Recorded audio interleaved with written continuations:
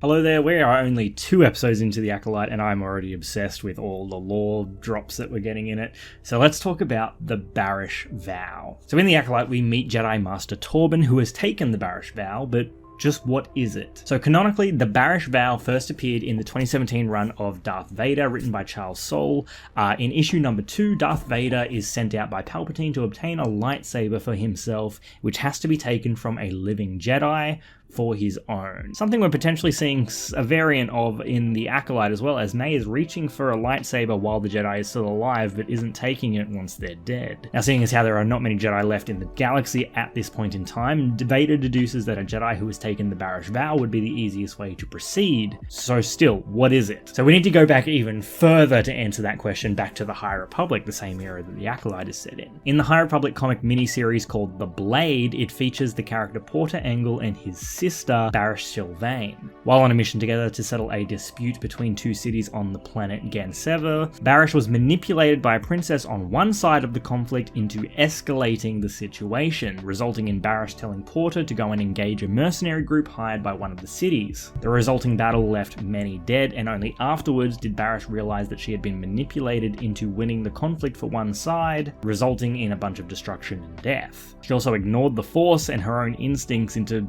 doing the wrong thing here. So afterwards, Barash took a vow that she would not take part in any action of the Jedi Order, and to sort of sequester herself in meditation to try and recenter and realign herself with the Force. It was a way of atoning for the wrongs that had been done in the past, and this practice was named after her, becoming known as the Barash Vow. Now, years later in the High Republic, a young Jedi named Des Ryden would go on to take the vow after a particularly traumatic experience against the Drengir, a group of carnivorous plants, hoping to find a new path for himself within the Jedi Order after some contemplation. Years later again, we would meet the Jedi Kirik Infala, I'm terrible at pronouncing names in this universe, I apologise, who had also taken the vow, and when Order 66 came around, Kirik felt his fellow Jedi being wiped out across the galaxy and did not make a move to help because he had sworn himself to not involve himself in what was going on in the Jedi Order. He only broke his vow when Darth Vader arrived looking for a Jedi to kill and a lightsaber to claim. So the vow is used for a couple of different things: deep meditation, to strengthen your connection to the Force, to realign oneself with the Force, but it originated as an act of penance, and that is what we see Jedi Master Torbin doing in the Acolyte. Now, when they mentioned the Barash Vow on the show, I lit up because it was all from stuff that I'd recently read, and it was so fresh in my mind, and it just brings me back to the question: what happened on Brendok 16 years ago? Why did Torbin need to take the vow? What the hell happened? What did these Jedi do?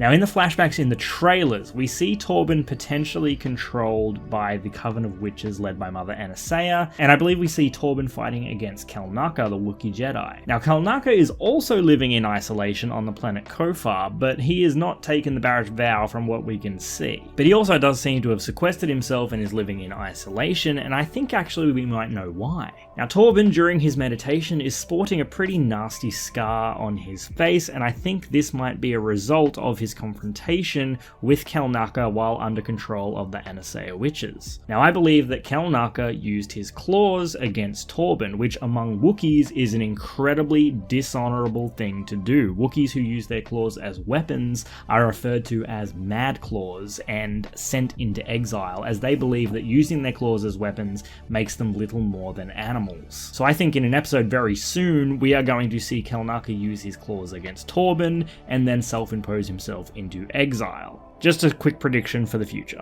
So, took a bit of a detour at the end there, but that is pretty much what the Barash Vow is. It is an act of penance to try and right the wrongs of the past. And I was super excited to see it mentioned and practiced in live action. It was a great moment. Check out the High Republic miniseries The Blade and the 2017 run of Darth Vader for more on the Barash Vow. Now, if you like this, if you like the Acolyte and talking about Star Wars, make sure you're following me here. It is my favorite thing in the world talking about this universe. I absolutely love it, and I'm really enjoying the Acolyte so far.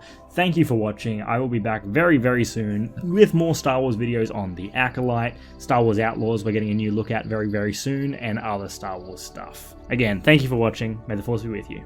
Always.